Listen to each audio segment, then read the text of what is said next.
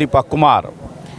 जैसा आप जान रहे हैं कि दिल्ली के अंदर इस समय एमसीडी चुनाव का जो सरगर्मी तेज हो चुकी है और 4 दिन के बाद यहाँ पे पोलिंग होना है, यानी कि चुनाव होना है। और आने वाले 2 दिनों में सभी पार्टियों का प्रचार प्रसार जो है यहाँ पे थम जाएगा और अभी सभी पार्टी अपने चुनावी मैदान में आ चुके हैं। जगह जगह वो जनसभाएं कर रहे हैं, डोर टू डोर कर रहे हैं, अपनी रैलियां निकाल रही हैं। इसी में मैं आपको दिखा रहा हूँ कि मैं खास करके महरौली का जो क्षेत्र है मैं उसका जो ग्राउंड जीरो रिपोर्ट में आपको दिखा रहा हूँ। पिछले कई दिनों से यहाँ की समस्याओं से भी अवगत करा रहा हूँ। कई सारे प्रत्याशियों का हमने इंटरव्यू भी लिया, उनसे बात भी किया। आज हम फिर से पब्लिक के बीच में मैं आया हूँ ये जानने के लिए। मैं अपने कैमरामैन को कहूँगा कि ये इस तरफ जो देख रहे हैं, अगर थोड़ा सा 2-3 मकान के बाद ये किशनगढ़ हो जाएगा। और यहाँ देखिए इधर जो है कमल का झंडा लगा हुआ उस तरफ, यानी फूल का। और ये जो हम खड़ा है जो महरौली वार्ड नंबर 3 और जो आगे है वो किशनगढ़ का वार्ड नंबर 9। इधर चले जाएंगे तो हम वार्ड नंबर 6 में चले जाएंगे इस तरफ। इसको कहते हैं काली मंदिर का चौक या पंडित स्वीट के भी नाम से इसको जानते हैं। यहाँ पर लोग हैं, मैं उनसे जानना चाहता हूँ कि इनका मूड क्या है, कौन से कैंडिडेट को ये पसंद कर रहे हैं और किसको किस आधार पे ये वोट देंगे। तो सबसे पहले हमारे बीच एक बुजुर्ग हैं, दिख रहे हैं, देखिए दूध लेके जा रहे हैं। नमस्ते। नमस्कार जी। क्या नाम हुआ आपका? महेश भार्गव मेरा नाम। कौन से वार्ड में घर है? वार्ड नंबर 3 में। इस बार देख रहे हैं कि 4 तारीख को आने वाले 4 तारीख को एमसीडी का चुनाव होना है। तो ये बताएं कि इस एमसीडी का चुनाव में जो आपका वोट होगा, वोट देने का आधार क्या होगा आपका? देखो, जो हमारे यहाँ मोहल्ले के अंदर क्या नाम है, साफ सफाई, सड़कें, ये जो कार्य करवा देंगे, क्योंकि हमारे यहाँ बिल्कुल अस्त व्यस्त हुई पड़ी है सड़कें के अंदर। आपको कौन लगता है कि ये कार्य कराएंगे? क्योंकि पहले पिछले 15 साल एक पार्टी का कैंडिडेट रहा, लगभग 5 साल एक पार्टी के दूसरी पार्टी का कैंडिडेट रहा। तो आपको लगता है कि इन 20 सालों में आपका महरौली में कुछ कार्य हुआ, कुछ विकास हुआ है? देखो, पहले जो हमने क्या नाम है निगम पार्षद चुनी थी उसके ऊपर विश्वास रखा था, लेकिन वो निगम पार्षद क्या नाम है कोई ढंग की निकली नहीं। और पहले कौन सा, ये पिछले वाला या इससे पिछले वाला? मतलब 5 साल पहले या 5 साल से पहले की बोल? 5 साल वाला जो अभी जो रिसेंटली अभी निकल के गई है। अच्छा, उन्होंने कोई ऐसा कार्य करा नहीं। साफ सफाई पर थोड़ा बहुत शुरू में बहुत ध्यान दिया, लेकिन अब वो बिल्कुल ही क्या नाम है अस्त व्यस्त हो चुकी है कि साफ सफाई भी, सड़कें भी क्या नाम है टूट फूट चुकी हैं। बाकी ये केजरीवाल ने क्या नाम है इसके अंदर वो डलवाया था पानी की लाइनें, लेकिन उसकी रिपेयरिंग क्या नाम है आकर के ये भी नहीं देखा कि अभी रिपेयरिंग कैसे हो रही है कैसे नहीं।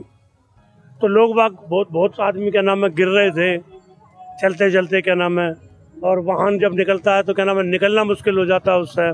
तो इस बार किसको पसंद है, किसको देख रहे हैं आप? पिछला बार का तो चलो आपका कहना है कि जिस पार्षद को हमने चुना वो सही नहीं थी, तो इस बार किसको मौका देना चाहते, किसको देखना चाहते? इस बार तो हम क्या नाम है ये सोच रहे हैं कि अपना कैंडिडेट जो भारतीय जनता पार्टी का जो चेंज करा है, भारतीय जनता पार्टी ने जो कैंडिडेट चेंज करा है ये वाकई क्या नाम है कार्य करने वाले हैं, कार्य करने वाले बिल लग नहीं रहा 100%। जब ये कुछ नहीं थे क्या नाम है जब भी लोगों के काम करवा देते थे। और मेरी तरफ से तो क्या नाम है बिल्कुल बीजेपी का क्या नाम है कैंडिडेट इंदु शर्मा को वोट जाएगा कर रहा है। चलिए, आपका क्या कहना है, नाम बताइएगा? कपिल भारद्वाज। आप कपिल जी, आपका क्या मानना है? आप जो वोट करेंगे, आपका वोट देने का मुद्दा क्या होगा? जो पिछले 20 सालों में जो महरौली की जो हाल है, बदहाली है, और खास करके मैं पिछले 5 सालों में तो बहुत ही ज्यादा मैं देख रहा हूँ यहाँ की हाल जो बदहाली है महरौली का। दूसरा चीज, एक चीज ये भी मैं कहना चाहूंगा कि ये जो चुनाव है एक लोकल मुद्दे का चुनाव है। इसमें न कोई पार्टी न कोई बड़ा कोई ऐसा चीज होता, लोग आके कहते हैं मैं 1400 का सिलेंडर 400 में दिला दूंगा, मैं ये कर दूंगा, मैं वो कर दूंगा, लेकिन ये बेईमानी है। ये तो नाली, रोड, साफ सफाई का मुद्दा है यहाँ पे। जो आम आदमी का एक जो होता है, इसमें पार्टी क्या करेगा? आपको क्या चाहिए? अगर आपको नाली की सफाई, एक मिनट, नाली की सफाई चाहिए, रोड रास्ता अच्छा चाहिए, और जो भी आपका मूलभूत सुविधा वो चाहिए ही चाहिए ना। तो आप क्या कहना चाहते हैं, आपका वोट किस आधार पे होगा? मेरा वोट मैं दूंगा भाजपा को। हम देश को देख रहे हैं नीचे से ऊपर। नहीं, पहले भी भाजपा, एक मिनट, आप भाजपा के नाम लिए, ठीक है, पहले भी तो आपका जो कैंडिडेट जो थी यहाँ पिछले 5 साल, वो भी तो भाजपा की था। काम करे तो काम करे, उन्होंने काम किया भाजपा वाले। मेरी गली उसने बनवाई, नाली बनवाई, पहले 15 साल में नहीं बनी थी। अच्छा, आपकी गली उन्होंने बनवाई? ये रोड भी बनवाया था। अच्छा, ये रोड भी बनवाया। दोबारा पाइपलाइन डली है। तो फिर उनका टिकट वापस क्यों हो गया? बहुत अच्छा काम किया तो उन्होंने। तो टिकट का मुझे नहीं पता। नहीं, आप बताओ नहीं यार, बहुत बढ़िया काम किया उन्होंने, महरौली को चमका दिया, तो टिकट वापस क्यों हुआ? मुझे इस बात का नहीं पता पार्टी ने क्यों नहीं दिया, ठीक है। पर ये रोड भी उनने बनवाया था, ठीक है ना, क्लियर था। आप व्यक्ति विशेष पे जा रहे हैं, चलिए, आपके अपना मत है। एक हमारे बीच में भाई साहब आइएगा, नाम बताइएगा। मेरा नाम दीपक सिंह है जी। दीपक जी, ये बताइए, मैं फिर आपसे भी मेरा वही सवाल है, ये जो बहुत छोटा सा चुनाव है ना, और ये बहुत 2-3 मुद्दे का चुनाव होता, कोई ज़्यादा इसमें मुद्दा होता नहीं है। ये खरंजे रोड, नालियाँ, साफ सफाई का मुद्दा होता है एमसीडी में, इसमें कुछ ज़्यादा तो होता नहीं है। लेकिन वो लोग आके सब्ज बाग दिखा देते हैं कि मैं यहाँ से एलिवेटेड रोड बना दूंगा, शायद वो एमसीडी के अधिकार में भी नहीं आता है क्या रोड बनाना, एलिवेटेड रोड एमसीडी बना। गलियाँ होती हैं, जो छोटी गलियाँ होती हैं वो एमसीडी के विभाग में आती है, लेकिन जो मेन रोड हो गए वो एमएलए के विभाग में आते हैं। नहीं, जैसे कई पार्टियों का मैंने मैनिफेस्टो देखा है, लोग कह रहे हैं अब समची तालाब तो पुरातत्व विभाग के अंदर आता है, वो एमसीडी के अंदर तो है नहीं। तो सरासर आप अपने मैनिफेस्टो में जो इसको कहें कि मतलब दिन दहाड़े आप जनता को बेवकूफ़ बना रहे हैं कि जी मैं वहाँ पे वोट चलाऊंगा, वहाँ पे मैं ऐसा टूरिस्ट पैलेस बनाऊंगा कि शाम को अपने बच्चों के साथ जाके आप आइसक्रीम खाएंगे। नहीं, मैनिफेस्टो में दिखा दूंगा। एक तो पिछला आपका जो झाड़ू छाप है, उन्होंने भी बहुत बढ़ चढ़ के किया। दूसरा, एक और भी कैंडिडेट, एक महिला, उनके भी मैनिफेस्टो में लिखा है कि हम एलिवेटेड रोड बना देंगे, ठीक है।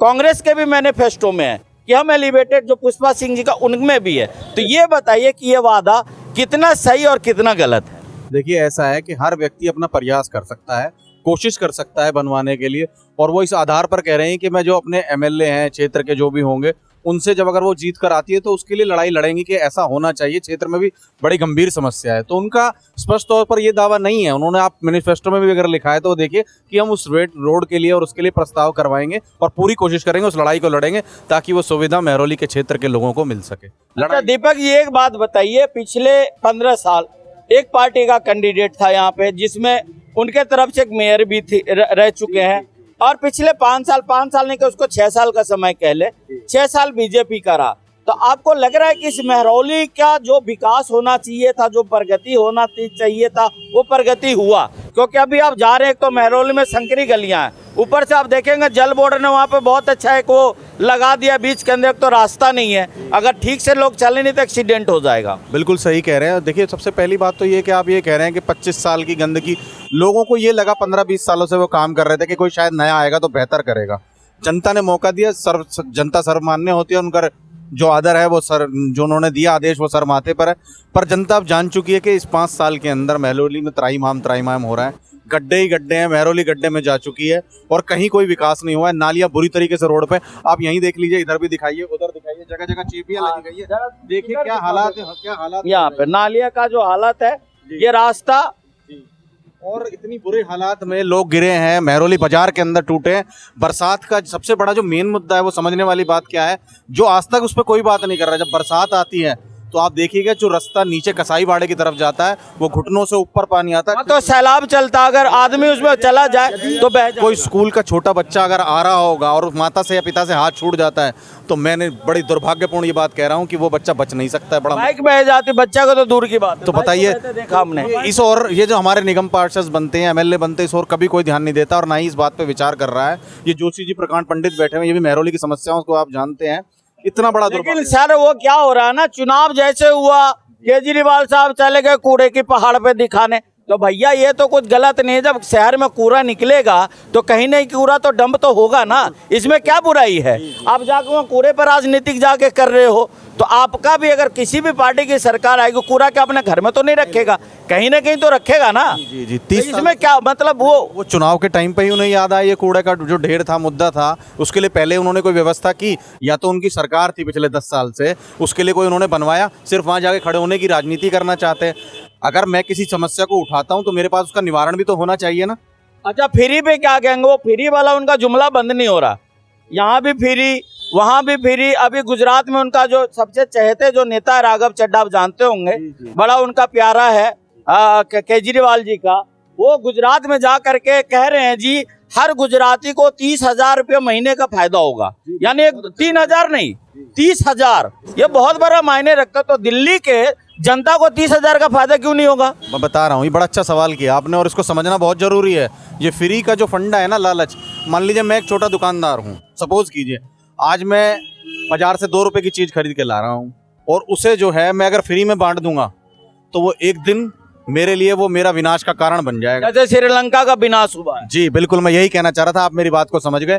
और एक दिन यही अर्थव्यवस्था एक लोकल आदमी के ऊपर ऐसा पड़ जाएगा कि ना तो हम इधर के रहेंगे ना उधर के रहेंगे और सरकार अपना उस टाइम पे देश में त्राहिमाम मच जाएगा और गदर पे आ जाएगा। उस फ्री की रेवड़ियाँ बांटने के चक्कर में सरकार ध्वस्त हो जाएगी।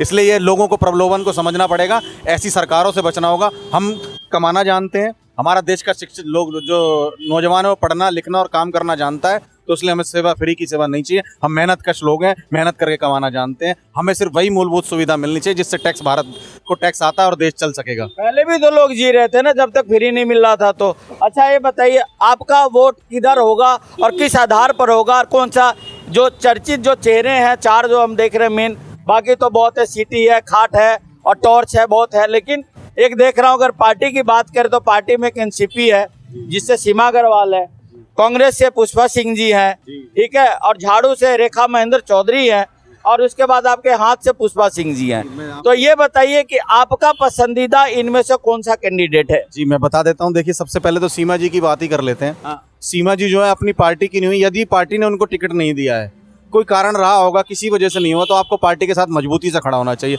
बुरा वक्त हर किसी के साथ आता है तो आप उस वक्त को छोड़ देते हैं, तो पहले तो मैं उनको सबसे पहले तो उन्हीं को रिजेक्ट करता हूँ। चलिए, दूसरा महेंद्र चौधरी जी आ जाएंगे, रेखा महेंद्र चौधरी जी, पत्नी भले ही ठीक है लेकिन उनके पति जो है बहुत ही करप्टेड आदमी है, कब्जे की जमीनों पर वो करते हैं, राजी भू माफिया की तरह। दीपक जी आपने कहा पुष्पा जी के बारे में कुछ ने एक पार्टी छोड़ा, लेकिन महेंद्र जी ने तो रिकॉर्ड बना दिया भाई। जी जी जी यही कहना चाह रहा था कि महेंद्र जी ऐसे ही हैं और भू माफिया के तौर पर एक उभर कर आ रहे हैं। उन्होंने कई जमीनों के मामले में हस्तक्षेप किया, आपको पता होगा, पता चल भी जाएंगे सर्वे में। तो उनका जो और उनका सबसे बड़ा जो व्यवहार है, आदमी के पीछे पलटते ही गाली देते हैं, लोग उनसे जुड़ते हैं, जुड़ने के बाद उनके साथ चले जाते हैं क्योंकि उनकी असलियत लोगों को पता चल जाती है। अभी एक RWO के मीटिंग में मैं गया था तो कोई व्यक्ति कह रहे थे कि शायद महेंद्र चौधरी के रैली में लोकल लोग दिख नहीं रहे, जो यहाँ का जो स्थानीय लोग है वो चेहरा दिख ही नहीं रहा, लेकिन भीड़ तो बहुत है। मैं बता रहा हूँ जी, बाहर से बुलाए हुए व्यक्ति हैं, पैसों को लेकर के जो आए हुए हैं, पेड वर्कर्स काम कर रहे हैं, लेकिन जो पहले उनके साथ जुड़े हुए थे, कांग्रेस के टाइम पे जो लोग जुड़े हुए थे काम कर रहे, वो क्यों हट गए उनके साथ से? उनकी निर्दलीय में भी बहुत बढ़िया टीम थी, लेकिन वो पीठ पीछे ही हर अपने जुड़े हुए व्यक्ति का मान सम्मान नहीं करते हैं, पीठ पीछे बलतते ही गाली देते हैं। ऐसा उनका नेचर। कोरोना काल हुआ, लोगों के घर में महामारियां बीमारी फैली, पुष्पा जी काम कर रही थी, सैनिटाइजर कर रही थी, लोगों को खाना पहुंचा रही थी, कांग्रेस की रसोई चला रही थी, महेंद्र चौधरी जी कहाँ सो रहे थे? यानी आपके बातों से मुझे लग गया क्या पुष्पा जी के समर्थक है। काम को दूंगा, पुष्पा जी को वोट दूंगा जी। ठीक है, बहुत बहुत धन्यवाद आपका, आपने बहुत अच्छा बोला। सर आप नाम बताइएगा। नमस्कार सभी को, मेरा नाम विवेक जोशी है और मैं भाजपा का समर्पित कार्यकर्ता हूं। भाजपा का समर्पित कार्यकर्ता होने के नाते और अब एक जिम्मेदार व्यक्ति होने के नाते मुझे ऐसा लगता है कि ये जो MCD का चुनाव है एक लोकल चुनाव है।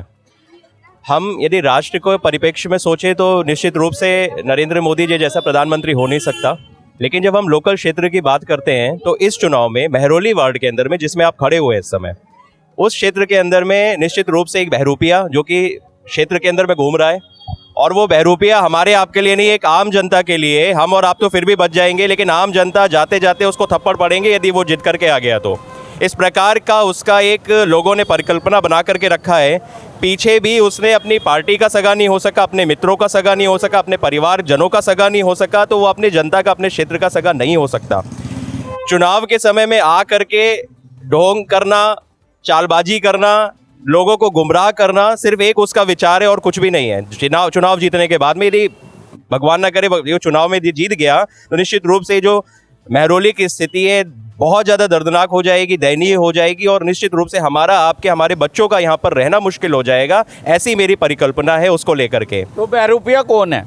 निश्चित रूप से बहरूपिया आम आदमी पार्टी का जो पुरोधा है अरविंद केजरीवाल वो तो है ही है, उसी के पदचिन्हों पर चलता हुआ यहाँ का जो प्रत्याशी हैं उन प्रत्याशी के जो मुख्य रूप से पति हैं, क्योंकि प्रत्याशी तो महिला सीट है तो महिलाओं को आगे कर दिया गया। तो मेरा उन भाभी जी से कोई भी ऐसा वो नहीं है, लेकिन निश्चित रूप से उन भैया जी से, चलाने वाला भाभी जी से नहीं है, भैया जी से। बिल्कुल ठीक बात है। देखिए महिला के प्रति मैं क्या बोलूं, वो तो कभी राजनीतिक रही नहीं, वो सामाजिक हो सकती हैं लेकिन राजनीतिक नहीं हो सकती हैं। दूसरी बात मैं ये कहना चाहूँगा कि मैं देख रहा हूँ कि आम आदमी पार्टी का प्रत्याशी यहाँ पर मनीष सिसोदिया जी भी आए, लोगों के सामने ये बात कह रहे हैं, उनको गुमराह करने का प्रयास कर रहे हैं कि जब एमसीडी में भी केजरीवाल आ जाएगा तो हम एमसीडी और सरकार मिलकर के महरौली का बहुत अच्छा डेवलपमेंट करेंगे। मैं एक प्रश्न आपके माध्यम से पूछना चाहता हूं और जनता को सही राह पर लेकर के जाना चाहता हूं कि यदि ऐसा है तो केजरीवाल सरकार का जो विधायक है यहाँ का, हमारे श्री नरेश यादव जी ही महरौली का भला कर सकते हैं। यदि वो नरेश यादव जी महेंद्र चौधरी जी के साथ में मंचों पर नहीं है, उसके साथ में प्रचार में नहीं है, तो वो आने वाले समय में किस प्रकार से दिल्ली गवर्नमेंट और एमसीडी के अंदर में सामंजस्य किस प्रकार से बैठाएंगे, मुझे नहीं लगता। वो ये सारी ढकोसलेबाजी है। मतभेद सूत्रों से पता चला, मतभेद नहीं। मैं आपको बताऊं, आम आदमी पार्टी का एक कार्यकर्ता यदि महेंद्र चौधरी जी के साथ में जुड़ करके प्रचार में हो तो आप मुझे दिखाइए, मैं भी महेंद्र चौधरी को वोट दूंगा। यदि नरेश यादव महेंद्र चौधरी के मंच पर आकर के वोट अपील करेंगे तो मैं भी महेंद्र चौधरी को वोट दूंगा। ये मैं चैलेंज करता हूं, महेंद्र चौधरी को गिलाएं अपने नरेश यादव को, अपने विधायक को अपने मंच के ऊपर में प्रचार करवाएं। जब वो अपने पार्टी के लोगों को नहीं जोड़ सके, अपनी इच्छाओं को पूर्ति करने के लिए, जब सिर्फ अपनी सिद्धि के लिए वो आगे बढ़े तो उन्होंने पार्टी के लोगों को पीछे छोड़ दिया। ये तो मैं कहूंगा कि उसका सौभाग्य है कि जब कांग्रेस में जाता है तो कांग्रेस की टिकट निर्दलीय खड़ा होता है तो निर्दलीय लड़ जाता है, और जब यहाँ पे आम आदमी में आया तो आम आदमी के लोगों को पीछे ढकेल दिया उसने। बहुत चालाक व्यक्ति है, योगानंद शास्त्री को भी धोखा दिया, बहुत सारे लोगों को धोखा दिया उसने। तो महरौली की जनता से मैं विनम्र निवेदन करता हूँ कि इस बार वो भाजपा का प्रत्याशी हो चाहे कांग्रेस का प्रत्याशी हो, जो व्यक्ति आपके बीच में रह करके आपकी सेवा कर सकता है उसको मौका दीजिए। ये आम आदमी के प्रत्याशी से और आम आदमी के केजरीवाल से, मुख्यमंत्री से निश्चित रूप से बचने का समय है। और आज यदि हमने एमसीडी को केजरीवाल के हाथ में डाल दिया तो दिल्ली बहुत पीछे चली जाएगी। मैं शीला जी के कार्यकाल से संतुष्ट हूँ, शीला जी ने दिल्ली का डेवलपमेंट किया, भाजपा को मौका नहीं मिला बहुत वर्षों से, लेकिन निश्चित रूप से आने वाले समय में यदि हम आप सब मिलकर के भाजपा को मजबूत करेंगे या फिर उस लोकल कैंडिडेट को जो कि जनता के बीच में रह करके कार्य करता है। मैं पुष्पा जी के विषय में भी आपको भाई साहब एक बात बताऊं, मैंने सुना है और मैंने देखा भी है कि पुष्पा जी के घर पर यदि कोई कार्य लेकर के जाता था तो वो कागज छोड़ करके टेबल पर जाता था और थोड़ी देर बाद में आता था तो उसका काम हुआ रखा होता था। पुष्पा जी के ये तो बात खैर महरौली की जनता कहती है। हाँ, तो पुष्पा जी के विषय में ये है। मैं भाजपा के कैंडिडेट मनोज शर्मा जी की बात करूं तो निश्चित रूप से वो भी ग्राउंड पर कार्य करने वाले व्यक्ति हैं और उन्होंने भी बड़ी मेहनत से लोगों की सेवा करी है। तो मैं सिर्फ एक रिक्वेस्ट करना चाहूंगा, भले ही कांग्रेस भले ही भाजपा, लेकिन आम आदमी को नक्का, बड़ा वाला नक्का यहाँ पर होना चाहिए। महेंद्र चौधरी को उसका आईना दिखाना चाहिए सभी को मिलकर के। ये आपने बहुत अच्छा एक बात बताइए, उन्होंने तो अभी तक कोई चुनाव नहीं जीता, अगर इस बात अगर वो हार जाते महेंद्र जी का रिकॉर्ड बनेगा क्या? महेंद्र जी का रिकॉर्ड बनेगा, जो सब जगह कहते फिर रहे हैं कि दिल्ली में सबसे बड़ी सीट के साथ में सबसे बड़े आंकड़े के साथ में हम चुनाव जीतेंगे। तो मुझे ऐसा लगता है, मेरा अनुमान ऐसा है एक पॉलिटिकल एनालिस्ट होने के नाते, कि इस चुनाव में महेंद्र चौधरी निश्चित रूप से हार रहे हैं। वो भले ही वो एक वोट मेरा हो लेकिन वो जरूर हारेंगे, ये मैंने संकल्प लिया हुआ है। महेंद्र चौधरी के हारते ही, अच्छा वो जब कह रहे हैं कि दिल्ली का चुनाव सबसे बड़ा चुनाव होगा, यहाँ का चुनाव होगा, अभी आपने बात करी, अभी दीपक जी थे यहाँ पर साथ में, यहाँ पर उनके प्रचार के अंदर में हरियाणा, राजस्थान, पंजाब के लोग आकर के प्रचार कर रहे हैं, गुंडागर्दी कर रहे हैं। आप सोचिए जब प्रचार में ये हाल है, वो यदि सत्ता में आ गए तो वो हमारा आपका क्या करेंगे भाई साहब? मुझे तो डर लग रहा है अभी आपसे बात करते हुए कि अभी हो सकता है घंटे भर बाद मुझे पकड़ लिया जाए, मुझे रोक लिया जाए कि भाई साहब आपने ये क्यों बोल दिया। तो मैं जनता से फिर बोल रहा हूँ, विनम्र प्रार्थना कर रहा हूँ, एक पढ़ा लिखा शिक्षित व्यक्ति हूँ, मैं आप सभी से प्रार्थना कर रहा हूँ कि महेंद्र चौधरी, आम आदमी पार्टी पूरी दिल्ली के अंदर में, इनको सत्ता में आने से रोकिए, किसी भी तरीके से अपना वोट उन्हीं व्यक्ति को दीजिए जो कि आपके क्षेत्र में आपके लिए काम आ सके। वो पैराशूट कैंडिडेट ना हो, वो पैराशूट ना हो कि उतर के आ गया चुनाव में और फिर गायब हो गया।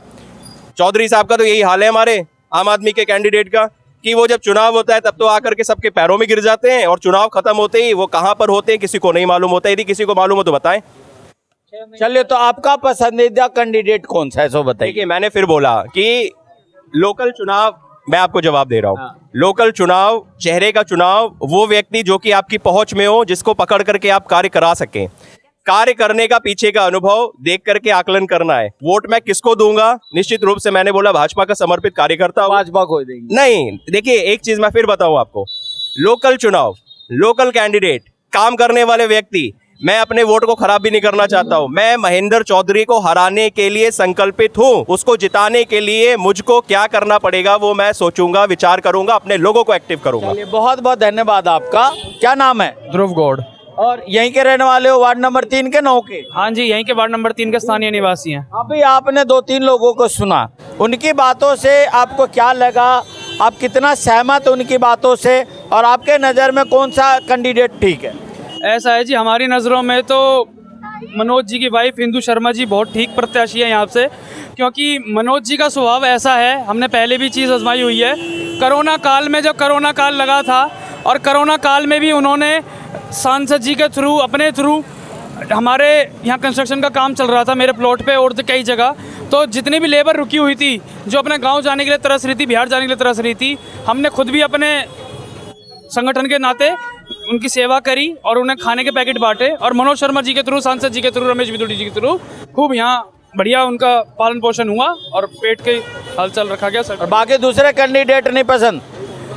कैंडिडेट क्या जी, जिन्होंने सेवा करते आए हैं उन्हीं को आगे जिताएंगे और उन्हीं को आगे लाएंगे। बहुत बहुत तो बीजेपी की जो रैली है, और हमारे भी इंदु शर्मा जो ये कैंडिडेट है प्रत्याशी, वो भी आ गई।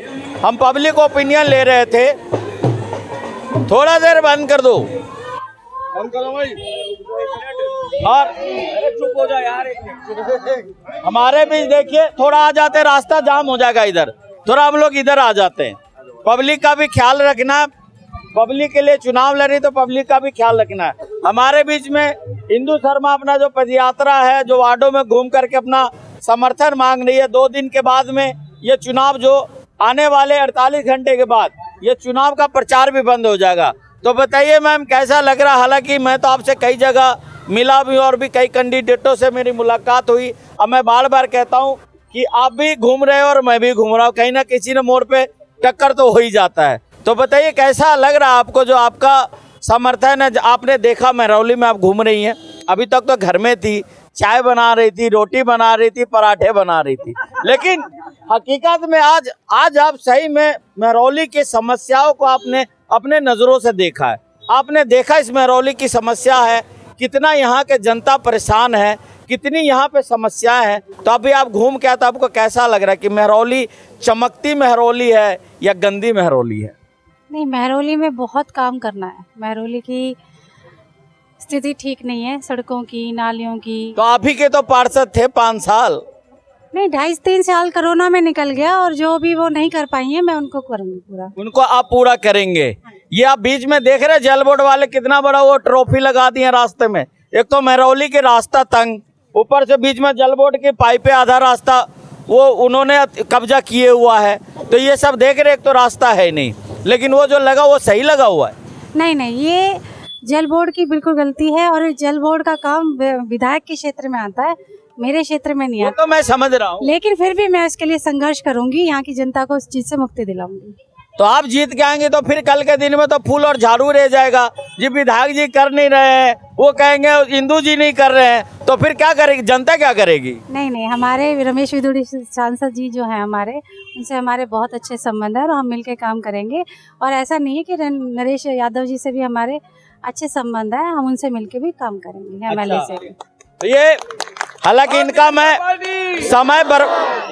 समय बर्बाद नहीं करूँगा, क्योंकि अपनी जन समर्थन में निकली है, और हो सकता है कि गाहे बगाहे मुझे दूसरा भी कैंडिडेट मिल जाए, मैं उनसे भी सवाल करूँगा। तो मैम, आप अपने यात्रा पर निकले, नमस्कार, धन्यवाद आपका बहुत बहुत। चलिए, बहुत बढ़िया बात है।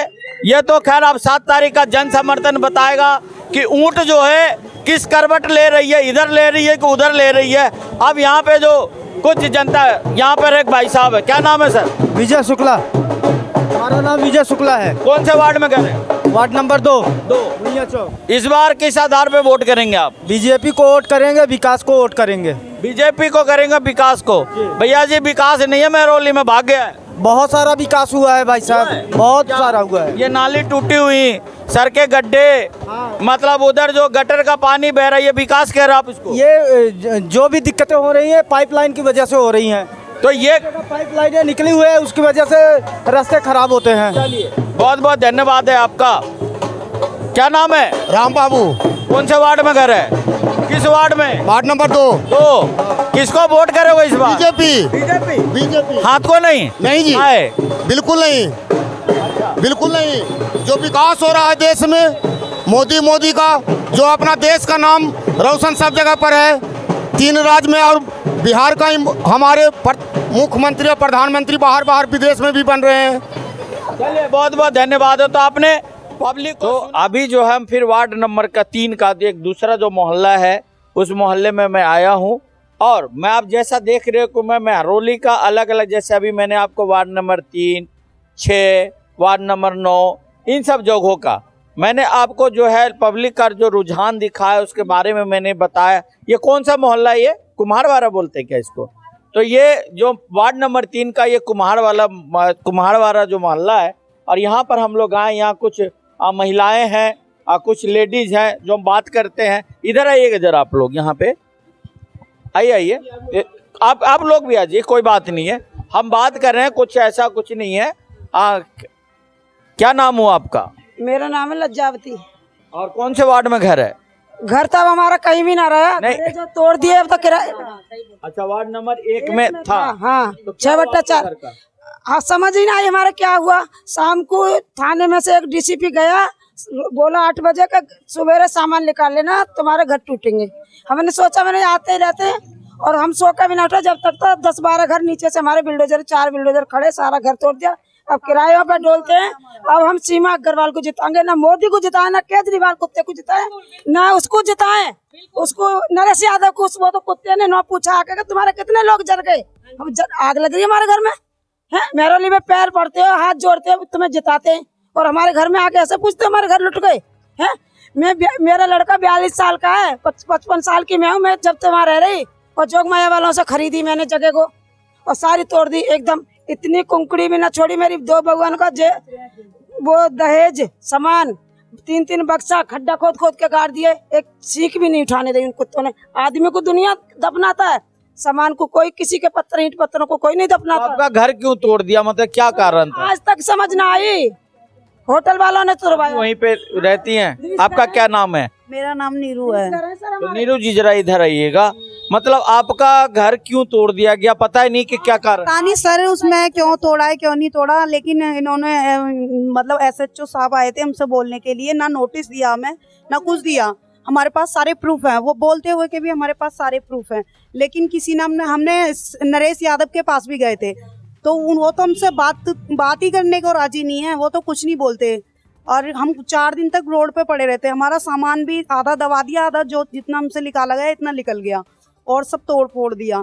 तो मतलब ऐसा, इसलिए हम किसी को वोट नहीं देंगे, सिर्फ सीमा अग्रवाल को वोट देंगे। तो सीमा अग्रवाल को क्या लगता है, सीमा अग्रवाल को मौका देंगे तो? नई पार्टी को हम लाना चाहते हैं, नया चेहरा, नया सवेरा। बिल्कुल, इसीलिए क्योंकि सब पे विश्वास करके देख लिया हमने, लेकिन कोई भी काम नहीं आया हमारे, कोई नहीं। हम भूखे प्यासे 4 दिन में हमारे बच्चे भूखे प्यासे पड़े रहते, वहाँ सारे पड़े रहते। किसी ने आके हमें देखा तक नहीं, वहाँ पे खाना पीना कुछ नहीं पूछा किसी ने भी, और सामान भी हमारा ऐसे ही पड़ा रहा, किसी ने नहीं आकर देखा। ऊपर से बारिश पड़ रही थी, बारिश में भी नहीं देखा। तो चलिए, ये तो खैर अब इस बार जो कह रहे कि नया चेहरा, के यहाँ पे देखो एक आंटी प्रेस कर रही है। नमस्ते, क्या नाम है?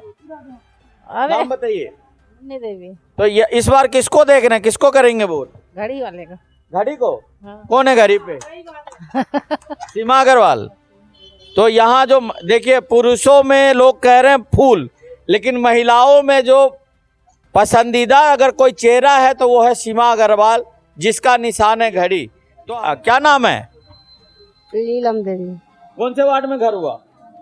घर तो नहीं है, किराए पर रहते हैं भाई। वोट तो है ना यहाँ पे? हाँ। तो कौन से वार्ड में है? ये भुइया चौक। भुइया, वार्ड नंबर 2। किसको वोट करेंगी? अब किसको करेंगे, जो भलाई करेगा उसी को करेंगे। ने कौन सा छाप है? हाथ, खाट, घड़ी, सिटी, टॉर्च? घड़ी है। घड़ी? हाँ जी। अच्छा, घड़ी को तो अब देख लीजिए, महिलाओं में क्रेज है सीमा अग्रवाल का, लेकिन पुरुष लोग तो कहते हैं जी, कोई कहता बीजेपी, कोई कहता खाट, कोई सीटी, कोई हाथ। लेकिन महिला, जो इतनी महिला से हम बात कर रहे हैं, वो महिला में जो है सीमा अग्रवाल जो है पसंदीदा चेहरा है। यहाँ पे कुछ लेडीज और भी हैं, शायद इनसे भी, आपसे भी हम पहले बात कहीं मिले थे, आप मुझे मिले थे ना, लगता तो है। इन्होंने भी समर्थन किया था। तो क्या नाम है? माला जी, वार्ड नंबर 2 में घर हुआ ना। तो आप किसको समर्थन कर रहे हैं? हाथ, फूल, खाट, घड़ी? घड़ी। और आप? घड़ी। लेकिन दिखा तो रहे हो हाथ आप। नहीं, मैं ऐसी बोल रही हूँ, मैं घड़ी के दूंगी। अच्छा, घड़ी पे देंगे। क्यों देंगे घड़ी पे? मेरी मर्जी, वो अच्छे है, बढ़िया है। नहीं, मर्जी के बात नहीं, मैं कोई आपसे जबरदस्ती नहीं कर रहा हूँ, इसीलिए मर्जी की कोई बात नहीं है। जबरदस्ती नहीं है, और अच्छी है, लेडीज अच्छी है, बढ़िया है। चलिए, हम उनको ही वोट देंगे। अगर आप ये वीडियो YouTube पर देख रहे हैं तो हमारे चैनल को सब्सक्राइब करें और बेल आइकन को दबाना ना भूलें। अगर आप Facebook पर ये वीडियो देख रहे हैं तो हमारे पेज को लाइक करें।